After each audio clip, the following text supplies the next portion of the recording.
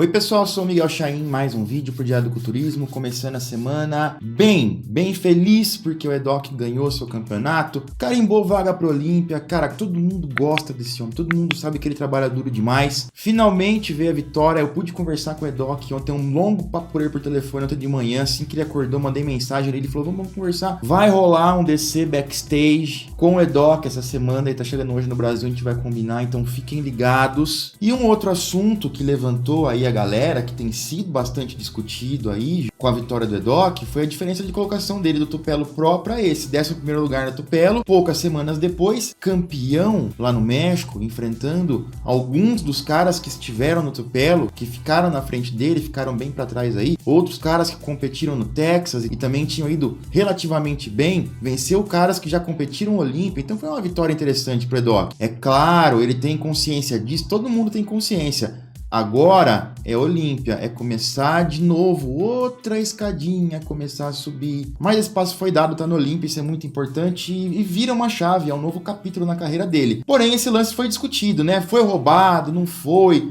O que aconteceu pro Edoc ter ficado primeiro num campeonato e primeiro no outro? Tem consistência na arbitragem? Vamos discutir um pouco isso aí. E a primeira coisa que a gente tem que falar é a falta de fotos oficiais. Até o momento não tem foto oficial do Tupelo, tem pouquíssima coisa do México, então já é difícil a gente dar um parecer, né, por fotos, ainda mais sem fotos oficiais. O que eu disse num dos posts aí que a galera fez, talvez foi nesse mesmo aqui, que alguns promotores, eles fazem excelente trabalho em não promover seus shows. Parece que a galera quer esconder o bagulho, não tira foto, quem tá lá não pode tirar foto. Eu acho que isso é um atraso de vida considerável para um esporte que precisa de mais exposição, para um esporte que tá lutando para crescer, de um esporte que tá lutando para quebrar paradigmas e preconceitos. Quanto mais fácil for a divulgação de material para que a mídia, a imprensa, os perfis possam falar a respeito, possam discutir, possam debater, melhor. E a gente vê que alguns promotores fazem um péssimo trabalho. Alguns fazem um excelente trabalho nisso, alguns fazem um péssimo. É compreensível, a Pro League cresceu muito, tem novos promotores aí aparecendo ao redor do mundo, novos shows. É importante ter mais shows? É importante ter mais shows, só que também tem que manter, tem que prezar ali por uma certa qualidade, um certo padrão. Padrão de palco, de iluminação,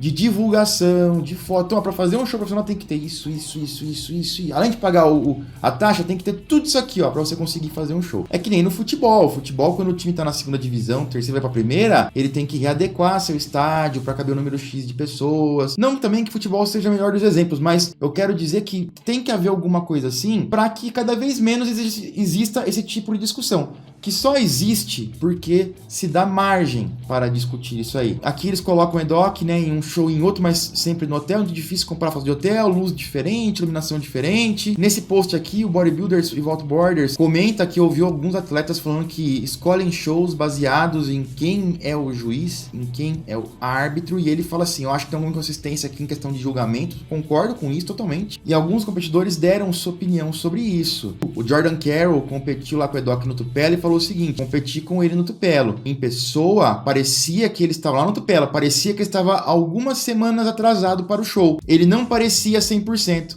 Parecia um pouco soft, né, um pouco macio e retido. Inclusive, ele parecia melhor nas fotos do que em pessoa. O Aaron Aramini também competiu lá no Tupelo Pro e falou o seguinte, eu tava com ele no Tupelo e ele então viu o cara de perto, viu no backstage, viu no palco. É um competidor que tava junto com ele lá. Falou, ele tem tipo de físico que se tiver 5% off, parece que ele tá 30% off. Mas claramente, quando ele tá on, seu físico se destaca muito. Aí ele fala a questão da arbitragem, cada um, ele acha que tem alguns caras que escolhem realmente ali o árbitro que vão, mas agora com o Tyler Manion fazendo vídeos de critérios, talvez isso aí vai ficar mais claro. E eu já falo disso aí já. O Casey Wilson também, que é um atleta profissional e coach, falou assim, ó, vi ele pessoalmente em Tupelo e eu não teria colocado ele fora do top 5, mas só o top 10 posou naquela noite, talvez por isso que eles colocaram ele em 11º. E ele fala, ele é muito impressionante em pessoa. O que a galera que estava lá falou foi o seguinte, Edoc realmente não estava bem, que bate com o que o Edoc e o Pacho falaram, a gente não estava bem, não ficou legal, acabou dando alguma coisa errada, mas também a galera meio que concorda que 11º foi demais, que ele tinha que estar mais à frente ali, top 5, top 6, então tudo vai se encaixando. Foi roubado? Possivelmente é mais uma inconsistência de arbitragem do que algo que de roubo ou alguma coisa assim, e óbvio, isso tem que ser mudado, isso tem que melhorar, porque essa história de inconsistência, um árbitro X prefere tal tipo de físico, outro prefere tal tipo de físico. A gente ouve isso direto nos bastidores de atletas que já competiram,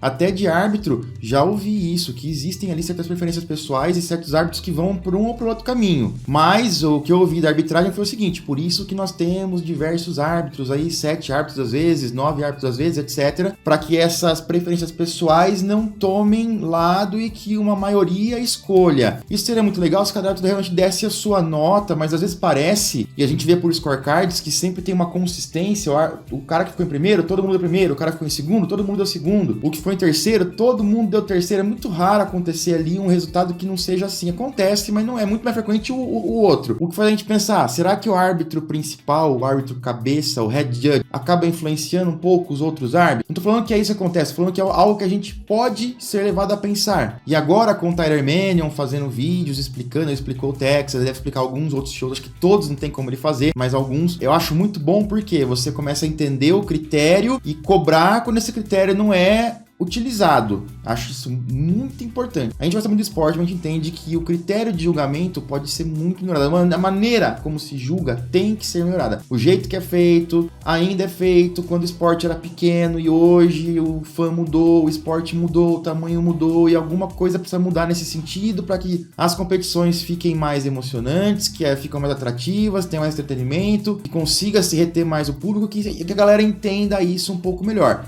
Porque quando você fala, um árbitro tem uma linha de pensamento, um critério, o outro tem outro, você está falando de 2 esportes diferentes, ou 2 categorias diferentes. Então, já que tem árbitros assim, qual que seria a saída para mim? Ou você cria categorias diferentes, que não seria longe do ideal, né? Que você duplicaria o bagulho. É a Classic Physique mais de linha, Classic Physique mais de volume. Ou então você começa a ter reuniões com essa arbitragem e realmente formar e reforçar algumas coisas com os árbitros sobre critérios que têm que ser utilizados. Você curte assim, mau lance, a regra é essa. Se não fica meio, cara, que um jogo de futebol e tem um árbitro que curte o impedimento e outro que não curte o impedimento. Então, dependendo do árbitro que for apitar aquela partida, é um estilo de jogo totalmente diferente, para o qual o time não está preparado. Por isso que é muito importante. Críticas têm que ser feitas, tem que ter uma conversa mais aberta em relação a isso. Eu acho que o Tyler tá aí muito aberto a receber esse feedback, a melhorar o esporte, e eu acho que é um assunto extremamente pertinente pra gente conversar, pra gente tentar, como comunidade, pedir pra federação. E aí, galera, vamos lá, vamos criar um negócio aí, uniforme e tudo mais. E voltando ao caso do The Doc, não acho que tenha sido roubado, eu acho que tenha sido critérios diferentes. E sim, como ele, o Pacholok, falou, e o Pacholok vai revelar muita coisa no podcast que vai fazer com o Edoc, tem muita coisa que aconteceu que eles não falaram, que ele comentou lá no meu vídeo, que a galera vai entender um pouco melhor. Fechando, foi uma junção de Edoc não tá tão bem no primeiro show, tá muito melhor no segundo, apesar de tudo, e diferenças de critérios de arbitragem, inclusive reforçados por atletas que estavam lá e estavam no backstage com o Edoc. Então comenta aí, deixa sua opinião, vamos ver o que tá por baixo aí do que vocês estão pensando. E por falar no que tá por baixo, eu quero falar aqui da Undershirt da Insider. O inverno tá passando, o calor tá chegando forte, pesado, a gente sabe que a gente mora num país muito quente, a galera que trabalha de camisa, no ambiente mais formal, tem muito problema com transpiração, com aquela pizza na camisa, e a grande solução para isso é a Undershirt da Insider. Eles têm a opção Undershirt anti-suor, tem uma dupla camada de tecido tecnológico aqui nas axilas para absorver e evaporar ainda mais rápido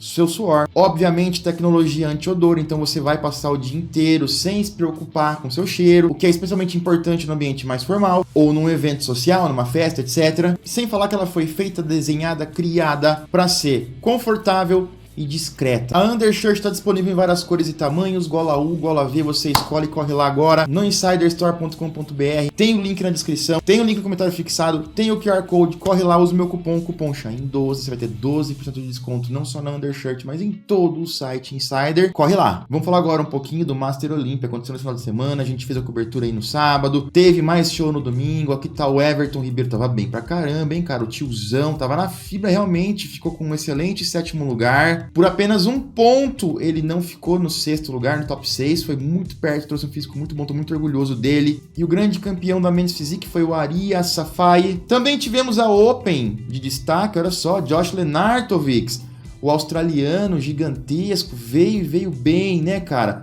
gigante. A cintura dele nunca foi um ponto forte. E aí a gente tava preocupado porque o cara tá mais velho, sem competir, não parecia tão grande, tão volumoso. Aí passou um pouco de tempo, o cara perde volume de quadríceps, perde volume de costas, o que faz a cintura parecer um pouco mais larga em comparação, perde aquela ilusão de físico em X. Mas ele apareceu nas prévias muito bem. Me impressionou pra caramba, especialmente pelo fato que ele tava aí 4 anos praticamente sem competir e voltou agora. Eu acho que ele acertou bastante. Lembra que eu falei no meio da semana que tinha uma fonte muito quente minha que falou o seguinte: Josh Lenartovich está com problemas de saúde, não vai competir. Aí eu falei, ó, o que eu tenho é a minha fonte, 99,9 de confiabilidade, mas eu não tenho nada concreto se ele vai ou não. No dia seguinte foi confirmado, Josh Lenartovich estava lá. Aí eu falei, caramba, aquele 0,01% da fonte, mas enfim, tudo bem, tinha nada concreto, era alguma coisa ali que estava dita, só que ele se apresentou nas prévias. E no scorecard fala que ele não terminou o show. Então a gente não sabe se ele não voltou pro final das prévias ou se ele não voltou para as finais. A gente não sabe o que aconteceu. Então, aparentemente, alguma coisa relacionada à saúde pode ter sido. Então, pode ser que a fonte não estava tão errada assim. Infelizmente, ele não terminou o campeonato, mas se apresentou muito bem na hora que ele se apresentou. Vamos torcer para que esteja tudo bem. E assim que eu tiver notícias do Josh, eu trago para vocês. O grande campeão foi Kamal Elgarni, Max Charles acabou ficando em segundo lugar, Phil Clayhar, que ganhou, que vai competir o Olympia Open esse ano, ganhou o Orlando Pro em cima do Hassanzão, ficou em terceiro, Fred Smalls ficou em quarto lugar e o Kenneth Jackson ficou em quinto lugar, já que o Josh Lenartovich não estava ali. E ele poderia ter ficado ali, brigado, né, para beliscar um lugar no top 3. Ganhar do Kamal um pouco difícil, porque o Kamal veio muito bem, olha só, pernas estão um pouco menores. Então, a gente sabe que a perna dele está diminuindo, nunca foi um ponto forte, 52 anos, é natural, normal que isso aconteça, só que ele veio muito bem condicionado, se apresentou com maestria, não tem o que falar, indiscutível aí o título para o Kamal Elgarni, que conquista, é um cara que tem um título Olímpia adulto, normal, sênior, da 212 e um título de Master Olympia Open. Pouquíssima gente pode falar, acho que só ele pode falar que ele tem essa combinação de títulos. Parabéns aí pro Kamal, fez história esse final de semana. Outro cara que quer fazer história é esse cara aqui, Regan Grimes. Olha só, cara, como estão as costas dele. E ele tá abusando das imagens de costas, é um ponto muito forte, tá muito impressionante. Aparentemente ele tá até mais espesso, mais denso, né, cara? Olha o tanto de músculo. E pra mim, lembra um pouco aqueles músculos, a musculatura dos anos 90, né, cara? Um músculo que parece que tá vivo. Caiu o telefone ali, hein? Parece que tá viva a musculatura. Você vê ela contrair, você vê ela relaxar. Tá muito impressionante o Regan. E ali ele usa uma maquininha de duplo cabo, onde cada pegadorzinho se move de maneira independente, onde ele pode posicionar a mão de uma melhor maneira possível, que acaba sendo melhor. Lógico que pouca gente tem isso à sua disposição, mas é melhor que aquela maquininha com um cabo só, com aquele pegadorzinho V fechadinho. Nem sempre é a melhor opção. Ah, e lembrando, tá aberta a vaga para consultoria para setembro já, tá? A gente já tem a agenda aberta para semana que vem. Lembrando que a gente não consegue atender muita gente ao mesmo tempo, as vagas são limitadas, então se tem interesse, corre lá, tem um formulário aqui embaixo na descrição, preenche que eu mesmo vou entrar em contato com você pra gente conversar sobre a consultoria e já marcar seu horário. Olha só, e o Regan postou isso aqui antes daquele lá, né? De frente, pra falar assim, também, aqui tava inteiro o telefone ainda. Olha só, também sou bom de frente, então se preparem. E esse show na Itália vai ser muito interessante, cara. O Brunão vai estar por lá também, vou falar do Brunão no próximo vídeo. Mas o Blessing também estará por lá e tá posando bem, parece que tá melhor. Mas eu não sei se o Blessing vai ser... Será que vai figurar ali, vai ser um fator nesse campeonato? Porque tem Regan Grimes e tem Nathan De Asha. E o Nathan De Asha, ele revelou o ciclo dele, meu amigo do céu. Ele revelou o ciclo dele que ele tá fazendo com um coach novo para enfrentar o Regan, para enfrentar o Brunão, para enfrentar o Bless, talvez o Gudivito. Tudo isso eu vou contar no próximo vídeo daqui a pouquinho. Não quer perder? Se inscreve no canal, liga as notificações que você não vai perder. Vou ficando por aqui, já já eu volto com mais vídeos para vocês. Valeu!